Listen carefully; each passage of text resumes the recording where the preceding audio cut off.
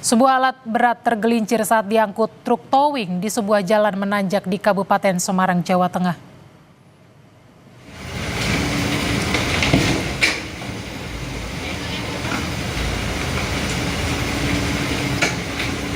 Alat berat ini, saudara, tergelincir dari truk towing yang mengangkutnya di Desa Sepakung, Banyu Biru, Kabupaten Semarang.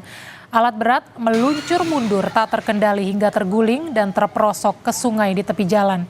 Peristiwa terjadi saat alat berat hendak diturunkan sementara karena truk tak kuat melintas di jalan menanjak.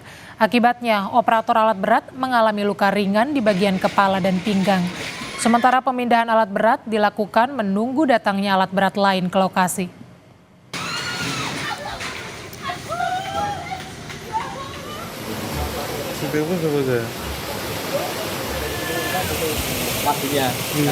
Sebuah bus bertabrakan dengan truk gandeng di Kebumen, Jawa Tengah, Selasa pagi. 1 orang tewas dan 4 lainnya luka.